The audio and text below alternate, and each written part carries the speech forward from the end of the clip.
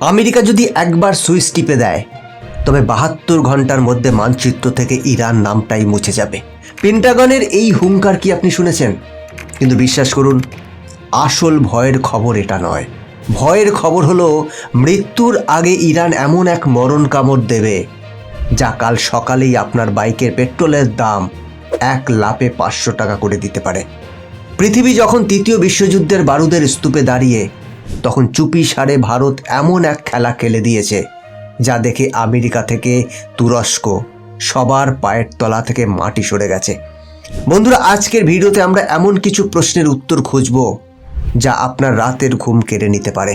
কেন আমেরিকা হঠাৎ ভয়ে তাদের শক্তিশালী নৌবহরকে হরমুজ প্রণালী ব্যবহার করতে নিষেধ করে দিল? সেখানে জলের নিচে আসলে কি ঘটতে যাচ্ছে? ইরান কি সত্যি পাহাড়ের 300 ফুট নিচে লুকিয়ে 60% ইউরেনিয়াম সমৃদ্ধ করে পরমাণু বোমা বানিয়ে ফেলছে? ভারতের সাথে গ্রিসের এমন কি গোপন প্রতিরক্ষা চুক্তি হলো যা দেখে তুরস্কের এরদোগান এখন আতঙ্কে কাঁপছেন? আর সবচেয়ে বড় প্রশ্ন, বিশ্বজুড়ে যখন তেলের হাহাকার, তখন ভারত কিভাবে জাদুকরী উপায়ে 74 দিনের তেল মাটির নিচে লুকিয়ে ফেলেছে? কিন্তু দাঁড়ান, এসবের মাঝেও একটা গোপন সংকেত আছে। এই পুরো জিওপলিটিক্যাল গেমের মধ্যে ভারত এমন একটা সিক্রেট ওয়েপেন বা গোপন কৌশল ব্যবহার করেছে যা না আমেরিকা ধরতে পেরেছে, না চীন।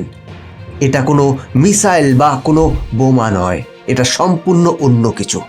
বন্ধুরা, ভিডিওর একদম শেষে আমি ভারতের সেই অদৃশ্য ব্রহ্মাস্ত্রের নাম ফাঁস করব, যা জানলে আপনি গর্বে বুক ফুলিয়ে বলবেন, এটাই আমার নতুন ভারত। এই গোপন তথ্যটা মিস করলে আপনি পুরো গল্পের আসল ক্লাইম্যাক্সটাই মিস করবেন। বন্ধুরা, আজকের ভিডিওতে ডেটা এবং প্রমাণ সহ প্রতিটি রহস্যের জট খুলব। নমস্কার, আমি গৌতম আছি আপনাদের সাথে। তাহলে চলুন দেরি না করে আসল খেলাটা শুরু করা যাক। বন্ধুরা, প্রথমেই আসি সেই বারুদের স্তূপে যার নাম ইরান। সোজা কথায় বলতে গেলে ইরান আর কোনো লুকোছাপা করছে না। ইরানের অ্যাটমিক এনার্জি অর্গানাইজেশনের প্রধান মোহাম্মদ ইসলামি বুক ফুলিয়ে স্পষ্ট জানিয়ে দিয়েছেন, আমেরিকা যদি তাদের উপর থেকে সমস্ত নিষেধাজ্ঞা বা স্যাংশন না তোলে তবে তারা ইউরেনিয়াম এনরিচমেন্ট 1 সেকেন্ডের জন্য থামাবে না। আর ভয়ের বিষয়টা ঠিক এখানেই। ইরান বর্তমানে 60% পর্যন্ত ইউরেনিয়াম এনরিচ করে ফেলেছে। আপনি হয়তো ভাবছেন 60% আর এমন কি? এখানেই তো আসল টুইস্ট। একটা নিউক্লিয়ার বোমা বানাতে 90% এনরিচমেন্ট লাগে, আর 60% থেকে 90% পৌঁছতে ইরানের মাত্র কয়েক সপ্তাহ সময় লাগবে। পরিস্থিতি এতটাই গরম যে আন্তর্জাতিক মহলে জল্পনা চলছে, ইরান কি তবে পাহাড়ের 300 ফুট নিচে লুকিয়ে বোমা বানাচ্ছে? খামেনি কি আমেরিকার সাথে চূড়ান্ত লড়াইয়ের প্রস্তুতি নিচ্ছেন? আমেরিকাও কিন্তু হাত গুটিয়ে বসে নেই। পেন্টাগন এবং সামরিক বিশেষজ্ঞরা পরিষ্কার হুমকি দিয়েছেন, আমেরিকা যদি একবার হামলা শুরু করে তবে মাত্র 72 ঘন্টার মধ্যে ইরানের বর্তমান সরকারকে ধুলোয় মিশিয়ে দেওয়া হবে। ভাবুন একবার, মাত্র 3 দিন। কিন্তু ইরান কি চুপ করে মার খাবে? একদমই না। ইরানও স্পষ্ট বুঝিয়ে দিয়েছে, আমেরিকা যদি আক্রমণ করে তবে তারা এমন জায়গায় আঘাত করবে যা পুরো বিশ্বের অর্থনীতিকে পঙ্গু করে দেবে। তাহলে ইরান কোথায় আঘাত করবে? বন্ধুরা, ম্যাপের দিকে তাকালে আপনারা দেখবেন একটা সরু জলপথ যার নাম হরমুজ প্রণালী। বিশ্বের মোট তেলের 20% সরবরাহ এই ছোট্ট রাস্তা দিয়ে হয়। ইরান হুমকি দিয়েছে, যুদ্ধ শুরু হলে তারা এই রাস্তা বন্ধ করে দেবে। আর এই হুমকি যে ফাঁকা বুলি নয় তা আমেরিকা হাড়ে হাড়ে টের পাচ্ছে। মজার ব্যাপার কি জানেন? বিশ্বের সবচেয়ে শক্তিশালী নৌবাহিনী আমেরিকার, অথচ সেই আমেরিকায় ভয়ে কুঁকড়ে গেছে। বিশ্বাস হচ্ছে না? ফেব্রুয়ারি 3 তারিখের একটি ঘটনার পর আমেরিকার ডিপার্টমেন্ট অফ ট্রান্সপোর্টেশন তাদের সমস্ত বাণিজ্যিক জাহাজকে নির্দেশ দিয়েছে হরমুজ প্রণালীর ধারে কাছেও যাবে না। ইরান নাকি ছোট ছোট স্পিডবোট আর ড্রোন দিয়ে আমেরিকার বড় বড় জাহাজ হাইজ্যাক করার প্ল্যান করছে, ঠিক যেমন সোমালিয়ার জলদস্যুরা করে। আমেরিকার এই নির্দেশ আসার সাথে সাথেই তেলের বাজারে আগুন লেগেছে। ব্রেন্ট ক্রুড অয়েলের দাম বেড়ে দাঁড়িয়েছে $69.13 প্রতি ব্যারেল, যা এক ঝটকায় 1.6% বৃদ্ধি পেয়েছে। মানেটা বুঝতে পারছেন? যুদ্ধ শুরুই হলো না, শুধু আমেরিকার একটা ভয়ে তেলের দাম বাড়তে শুরু করেছে। কিন্তু আপনি কি ভাবছেন ভারত হাত গুটিয়ে বসে আছে? মোটেই না। যখন সারা বিশ্ব তেলের চিন্তায় পাগল, তখন ভারত সরকার এমন এক কাণ্ড করে বসে আছে যা শুনলে আপনার চোখ কপালে উঠবে।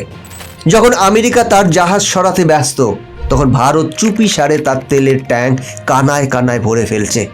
ভারতের পেট্রোলিয়াম মন্ত্রী হরদীপ সিং পুরী রাজ্যসভায় দাঁড়িয়ে বুক ঠুকে ঘোষণা করেছেন, বিশ্বে যাই হয়ে যাক ভারতের চাকা থামবে না।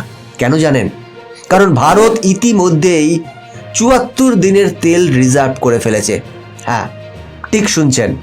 যদি আজ থেকে আরব দেশগুলো এক ফোঁটাও তেল না দেয়, যদি সাগরে ভয়ঙ্কর যুদ্ধ শুরু হয়, তবুও আগামী ২.৫ মাস ভারত তার নিজের স্টকে আরামসে চলবে।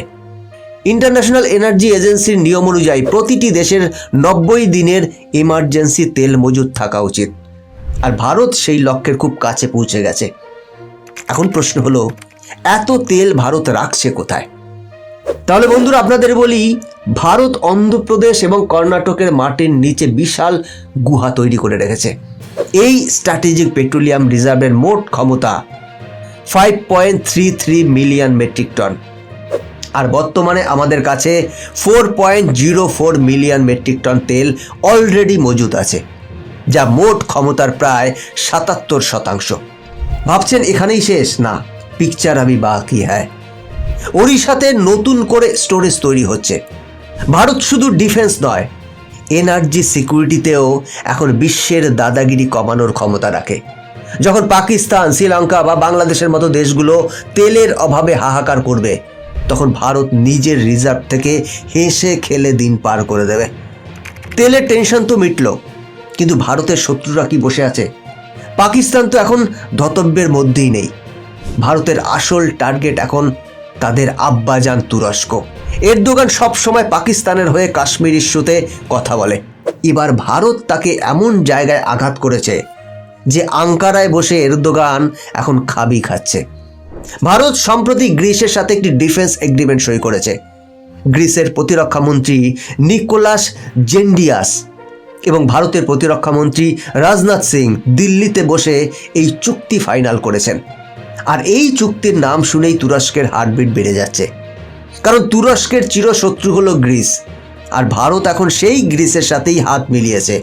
শুধু তাই নয়, 2026 সালের জন্য একটি মিলিটারি কোঅপারেশন প্ল্যান তৈরি করা হয়েছে। এই প্ল্যান অনুযায়ী ভারতীয় নৌবাহিনী এবং গ্রিসের নৌবাহিনী ভূমধ্য সাগরে একজোট হয়ে কাজ করবে। সবচেয়ে বড় চমকটা কোথায় জানেন? গুরুগ্রামে অবস্থিত ভারতের ইনফরমেশন ফিউশন সেন্টারে গ্রিস তাদের একজন লিয়াজ অফিসার বা সামরিক প্রতিনিধি বসাবে। এর মানে হলো ভারত মহাসাগরে যা কিছু ঘটবে তার সমস্ত তথ্য গ্রিস পাবে, এবং গ্রিসের মাধ্যমে ভারত তুরস্কের ওপর নজর রাখবে। তুরস্ক এতদিন পাকিস্তানকে ড্রোন দিয়ে কাশ্মীর নিয়ে উল্টোপাল্টা বকে ভারতকে বিরক্ত করার চেষ্টা করছিল। এবার ভারত গ্রিসের কাঁধে বন্দুক রেখে তুরস্কের সীমানায় নিশানা লাগিয়েছে। একেই বলে টিট ফর ট্যাট।